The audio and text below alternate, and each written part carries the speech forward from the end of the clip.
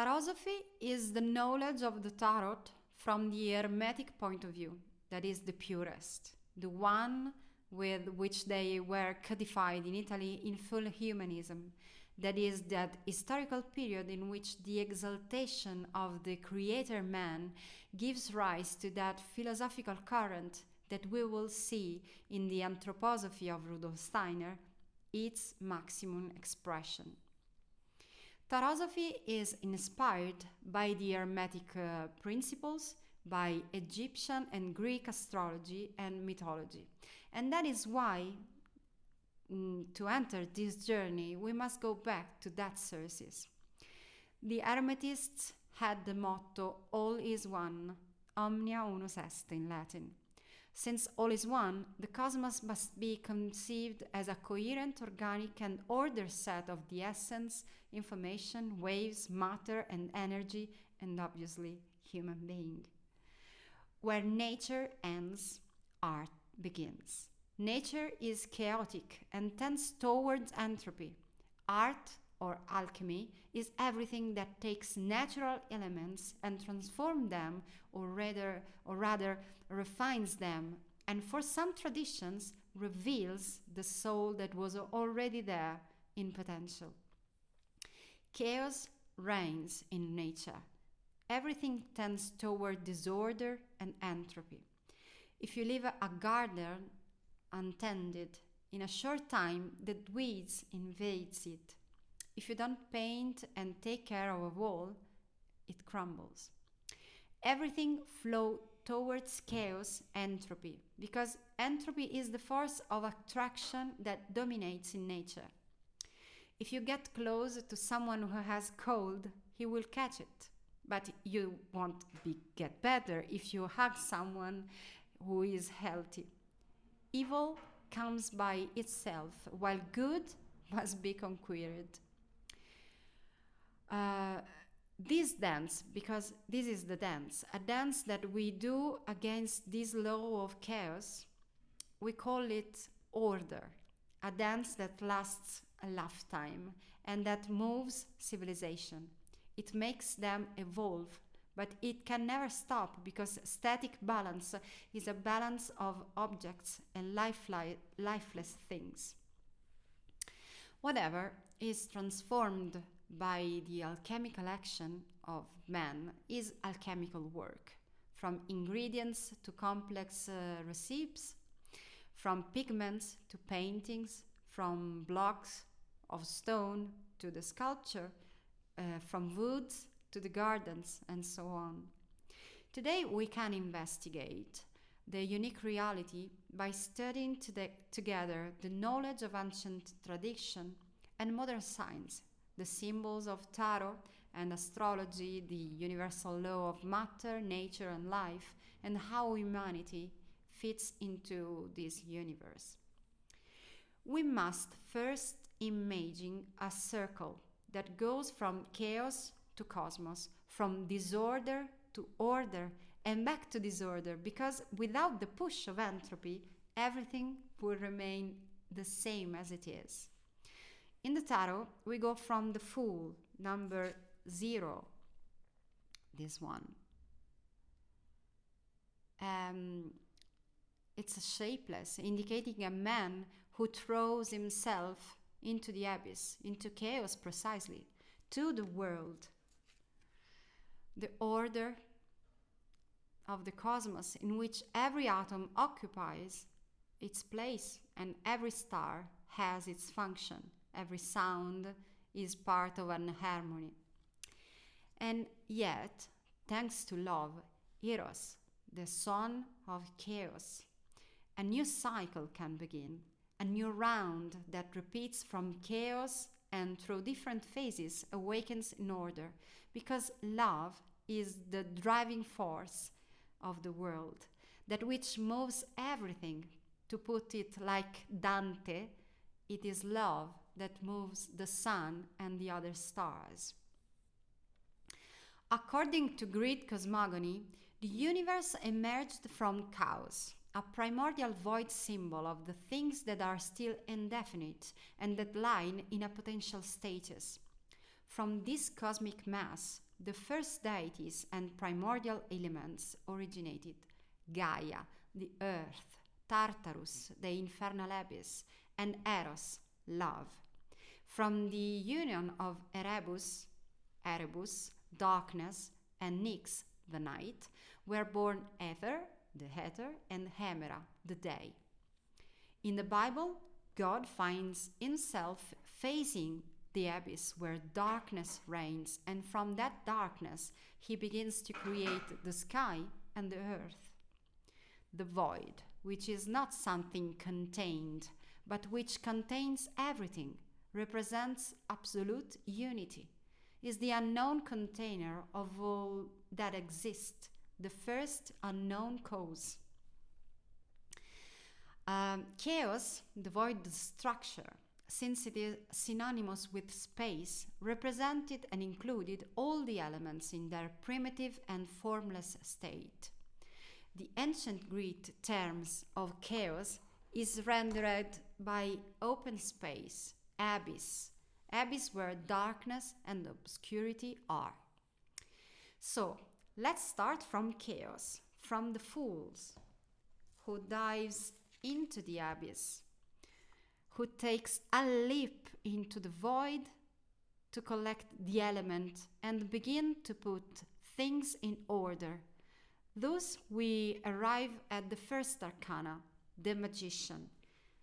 The magician, this one, is the god of thought, who in Egyptian mythology is the god of the magic, of the transformation of the elements,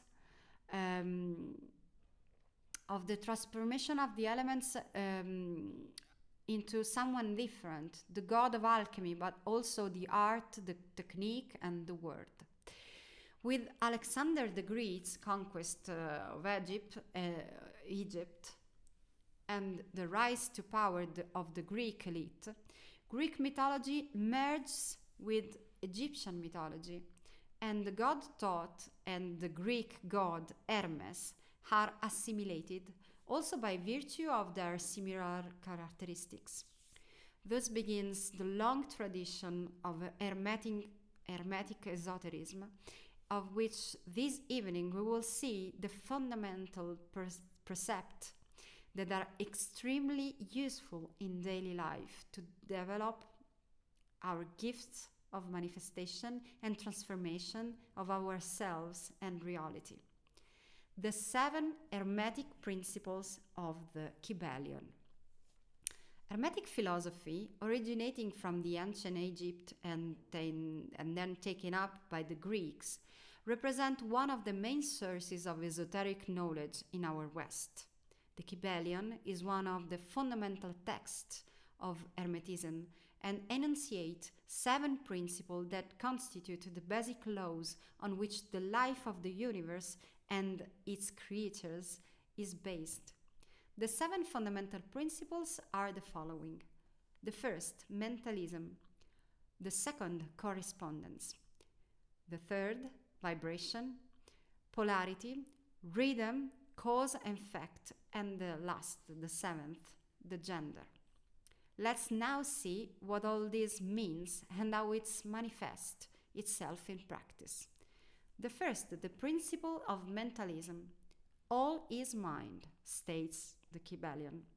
This means that the substantial reality that lies beyond all phenomena, those that science identifies as matter, energy, and life, is mental activity in turn originating from spirit.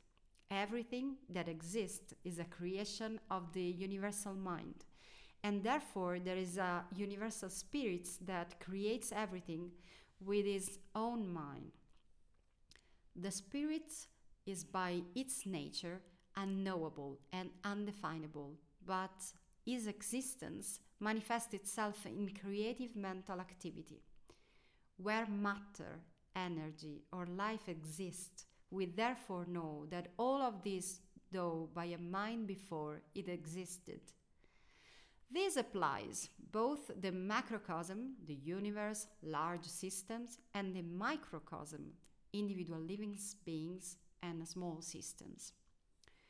The first Hermetic principles makes us understand how immense the power of the mind is, the true creative and transforming agent of everything, of every situation. The second, the principle of correspondence. As above, so below.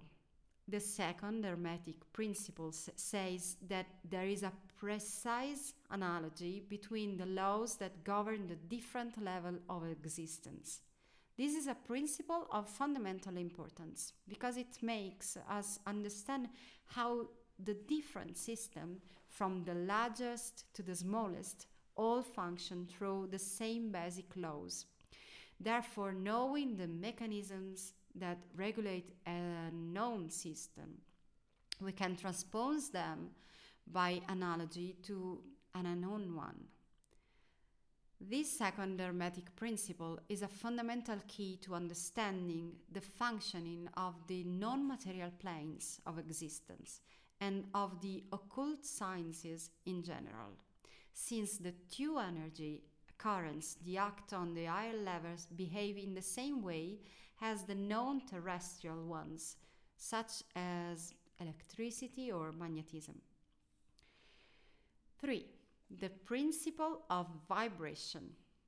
All things are in motion. All things vibrate.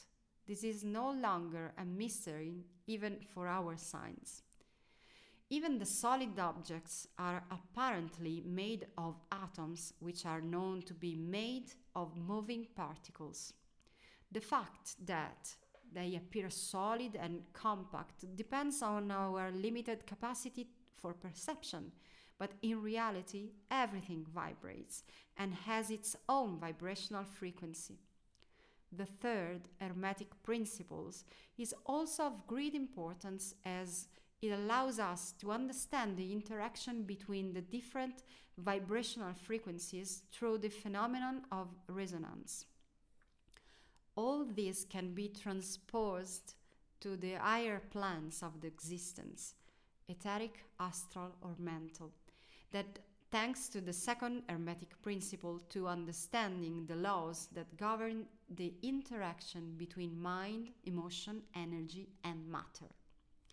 4. The principle of polarity. Everything in this plane of life is dual. Everything has its pair of opposites. 4. The principle of polarity. Everything is dual. Everything has its pair of opposites. The fourth Hermetic principle, which recalls the well-known Taoist philosophical system based on the interaction of the opposites, polarities yin and yang, explains many paradoxes that each of us continually has to deal with. Opposites are complementary, extremes get in contact. Every truth is only a half-truth. Every coin has its reverse. Everything is relative. Every opposite exists only because the other also exists, and each needs the other, containing it potentially within itself. This Hermetic principle can also help us understand many things about ourselves and life, especially if we apply into the mental, emotional, social, relational planes.